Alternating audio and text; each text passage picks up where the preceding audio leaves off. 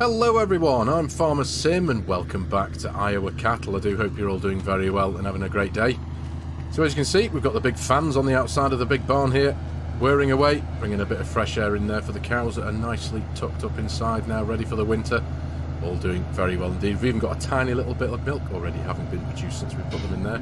Only 366 litres, but it's a little bit of milk nonetheless. The health is 100%, they're all doing great. They're topped up with straw, with food and all sorts, so it's all good. Now, since the last episode, I have made a couple of changes, a few little bits and bobs anyway, nothing too major, which I'm going to run through those in a little while's time. As you can see, we're still in November. It's just gone 2:15 in the afternoon, and I'm sure you're aware that I want to plough my fields. All the fields that we've got harvested, I want to run the plough in them to completely eradicate the chance of any weeds. And it's something I've been wanting to do for a while now with this. And obviously we bought the big John Deere Ripper plough in the last episode as well, so I want to get that put to good use. But I feel at the minute I'm a little bit limited because it's like I say, it's our last day in November. And obviously coming into winter, we've got snow coming now. The forecast has given snow from 10 AM tomorrow morning. Now the reason why I'm not going to rush anything, but I'd like to try and get a little bit more ploughing done now, because you shouldn't plough in the snow. And this is more of a real life thing. But snow has a very high bacteria count, and you shouldn't plough the snow under in the soil, regardless of obviously the fact that it'll be really cold and the soil will be harder and tougher to work anyway. But you shouldn't really plough the snow under, because you'll be ploughing that bacteria deep into your soil, and that can really affect the quality of your soil quite badly for many years to come. It can take a very long time for that bacteria to disperse and to get rid of. So, and I know it bears no meaning within the mechanics of the game. I completely understand that, but I do always like to try and hold on to some kind of level of realism, and I do know that you don't really want to be ploughing in the snow. So in total we've got just under 214 acres of harvested land that needs to be ploughed. I'm not going to get all that done right now, obviously, but I think I just need to be sensible and make good use of my time and try and get a little bit more done before the snow comes.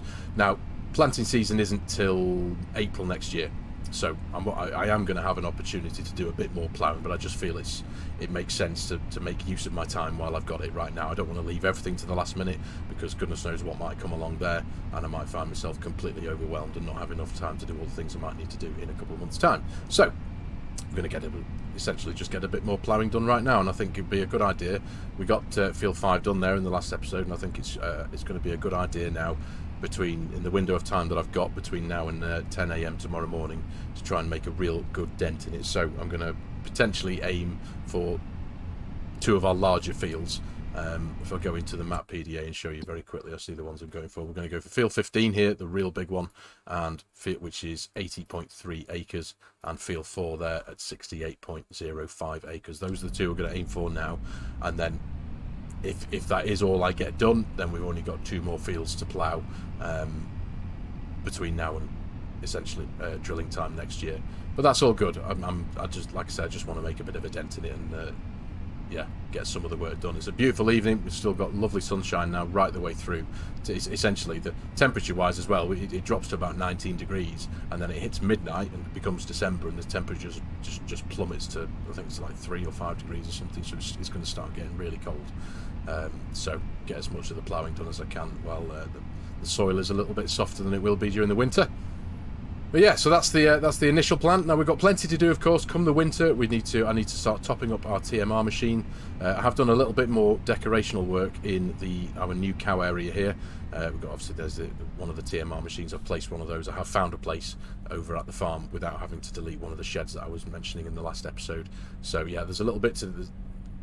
Not going to be spending a huge amount of time over here yet, obviously, because we haven't got the cows to fill that place up with yet, and of course, we're not going to be doing that till kind of beginning of next spring pretty much. So yeah, we've got a bit of time ahead of us with there, but I do want to start topping up the TMR machine that's over at the farm and start getting a bit of total mixed ration produced there to start topping up the cows with, and then that'll just bring the cows milk production levels up to 100%, and we'll start getting a little bit more milk out of them, which is, I mean, that's the whole idea, isn't it? It's a dairy farm, so we need as much milk as possible. So anyway, yeah, these are our two fields. These are our two fields we're going to be working in here. This one on the left and this one on the right here. So yeah, that's the initial plan. Like I say, we've got a good few hours ahead of us. I hope I'll be able to get them done. But yeah, it's going to take a little bit of time. So I think in my usual fashion, I'll throw a bit of music behind this lot. Create a bit of a cinematic out of ploughing these two fields. And I'll see you in a bit.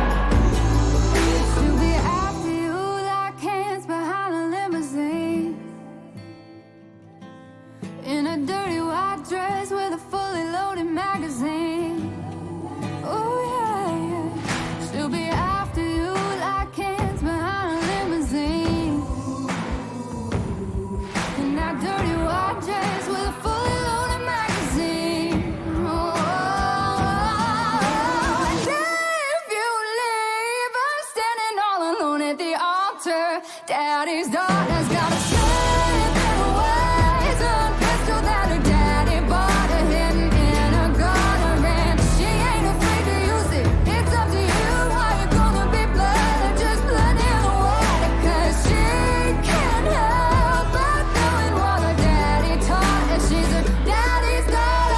Daddy's daughter. She's a daddy's daughter.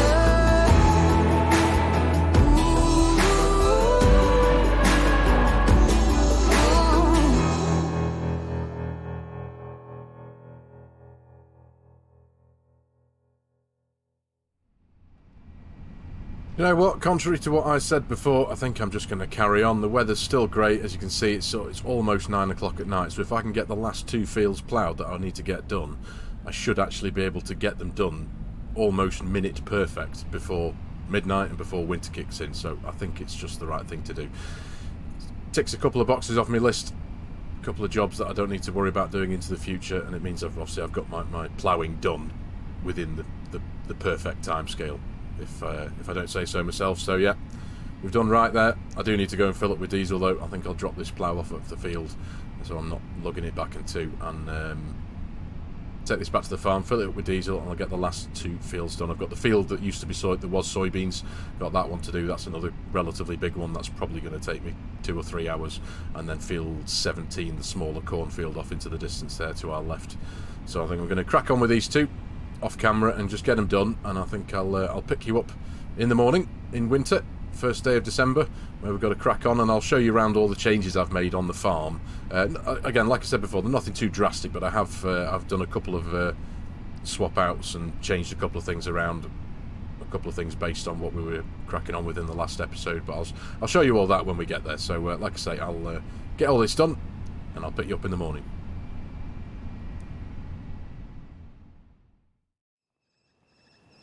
Good morning everyone, welcome to December and welcome to winter time. As you can see, top right there, the temperatures have plummeted to a relatively fresh 9 degrees now, so yeah, it's pretty cold, but I am very, very glad that I got that ploughing done all last night. We got, in total, I think it's just under 214 acres done in about 10 hours time, I think it was.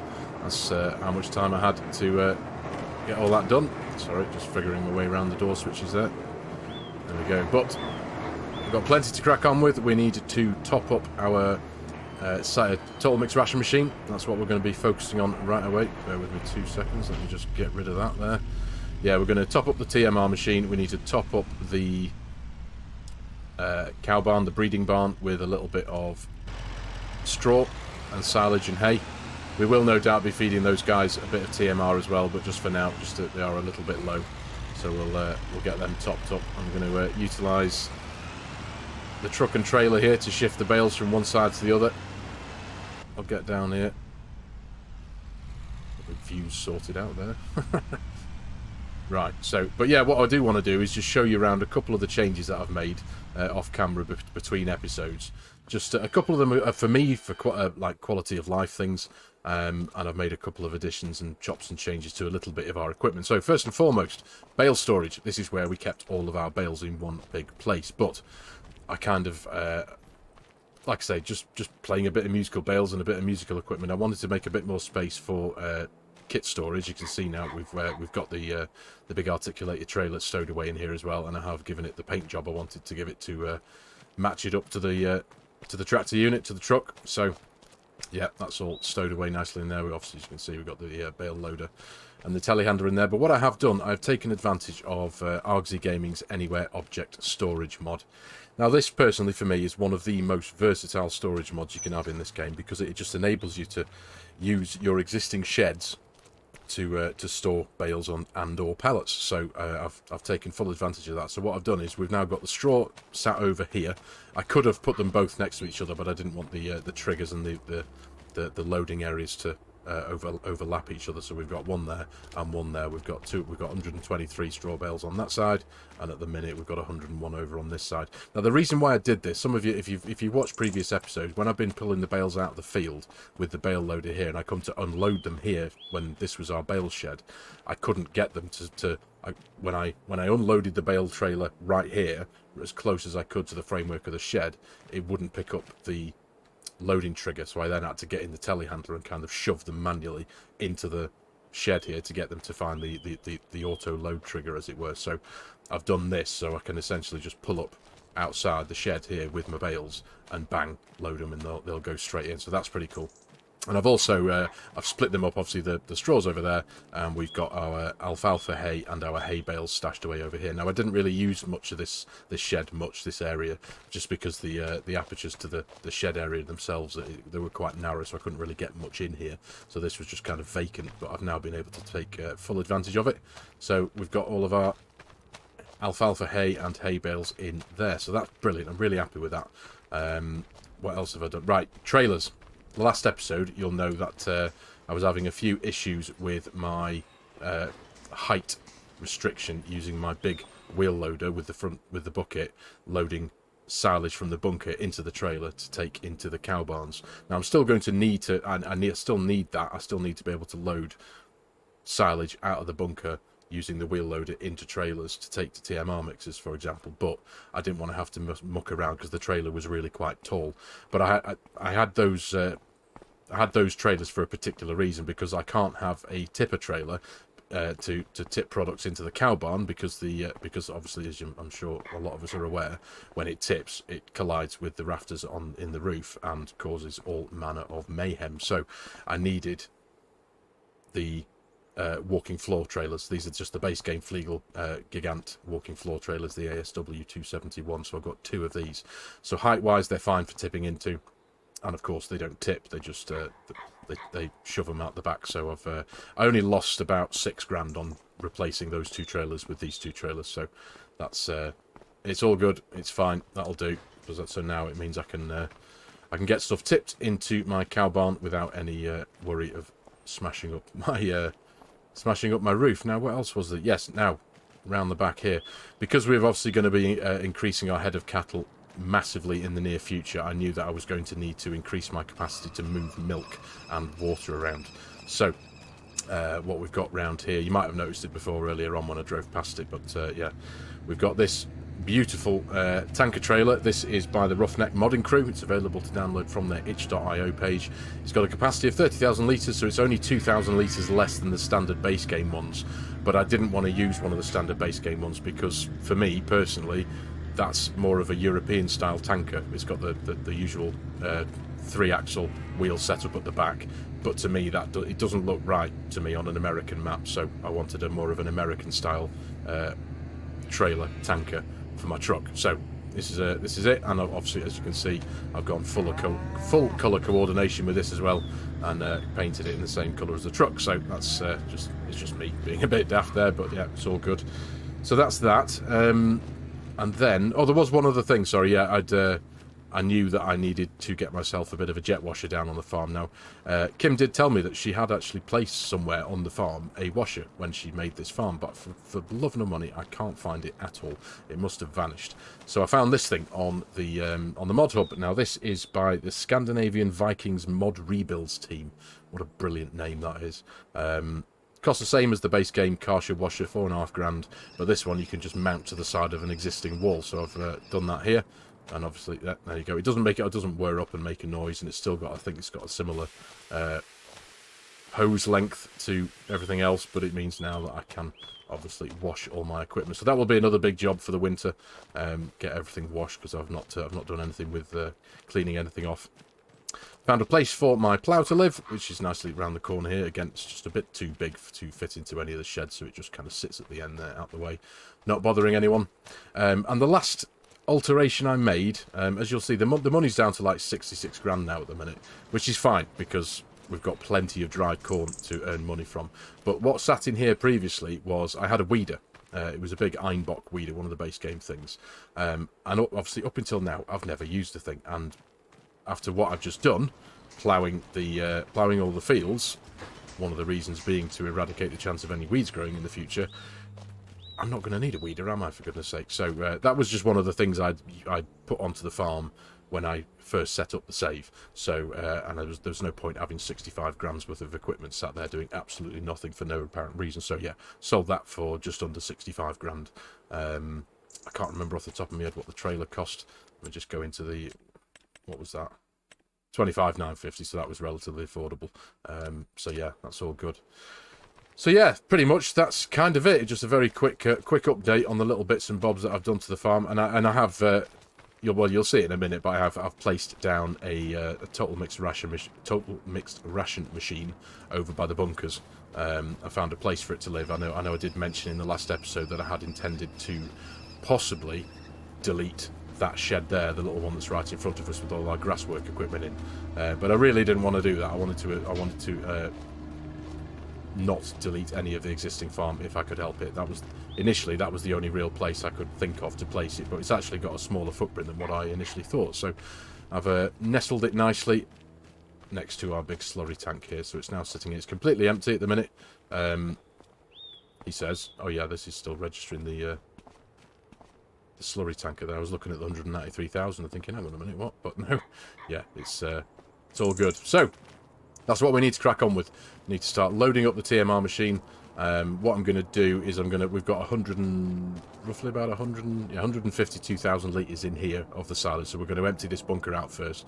I'm going to get pretty much all of this tipped into the machine here, and then we're going to bring a load of bales, hay and straw over from the shed using our truck and trailer and telehandler. I'm hoping possibly that I should be able to load up the bales onto the trailer with the telehandler and then just bring the trailer over the tip trigger there, and hopefully they might just they might register and tip in.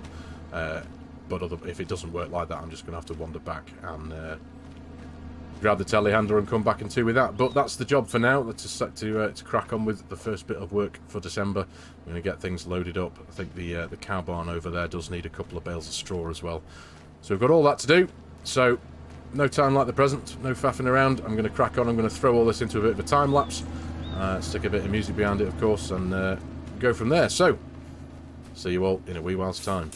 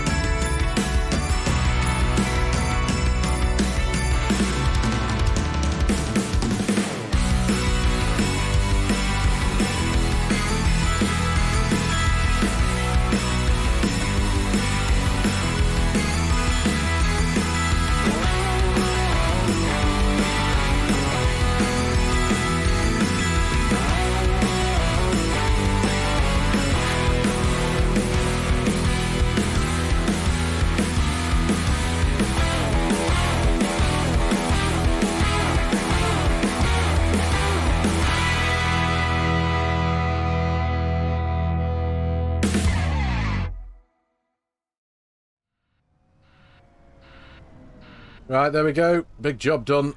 TMR mixer loaded up with a little bit of products. I have amended the capacities of this one to, like, I think it's like 2 million litres for each individual product. But if we jump in there now and have a quick look, there you go. So as you can see, we've loaded up just almost 163,000 litres of hay, 130,000 litres of silage and straw, but it barely makes a dent in that. But still, let's get that activated and get producing some total mixed ration for the first time on the farm. Like I said, like you guys have said, sorry, in the comments of the last episode, it makes sense, doesn't it, really? We are a dairy farm. We need to get as much milk as we can out of our cows.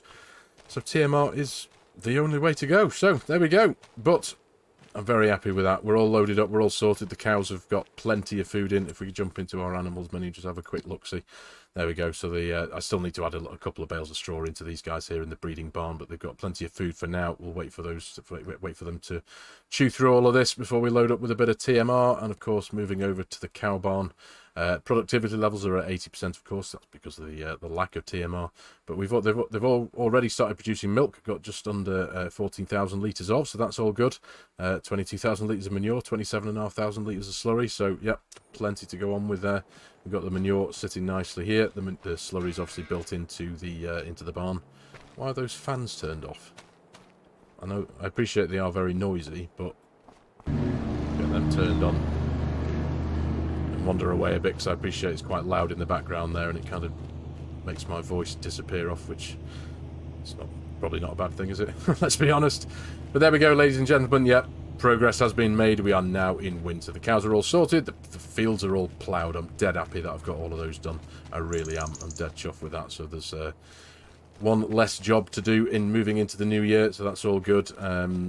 But I am very excited for January. I'm not too sure if we're going to get all of it sold in January. But again, popping into our production systems menu, going to our dryer. We've still got 718,000 litres of corn over here. We've now got 260,955 litres of dried corn. Going into time-saving stock check, there we go. $470,000 worth of product in there, and that's just from what's been made into dry corn. We've probably got, well, double that, if not a bit more, no doubt. So money-wise, into the new year, it's going to be good. Looking forward to it, I really am. So, anyway, for today's episode, ladies and gentlemen, I am going to call it here. Thank you very much for watching. I really do hope you have enjoyed this video and found it a little bit of fun. As always, if you're new to the channel and you like my content, you like the way I'm doing things, please consider hitting that subscribe button and jumping on board, joining the channel. Please give the video a like if you can. It does do wonders, helps the YouTube algorithm do its thing. And as always, there are a host of links in the video description below with my Giants Partner promo code. If any of you are in the market for purchasing Farming Simulator 25 and you like the idea of supporting the channel and helping out a creator, as always, I would be massively appreciative. And also on top of that, if any of you are in the market for an online server to play with your mates and you like the idea again of supporting the channel and helping out the creator, please consider using my G Portal affiliate link, which again will be in the video description below. Any help and support there also would be hugely appreciated. So, thank you very much for your time again, ladies and gentlemen. Take care, and I'll see you in the next one.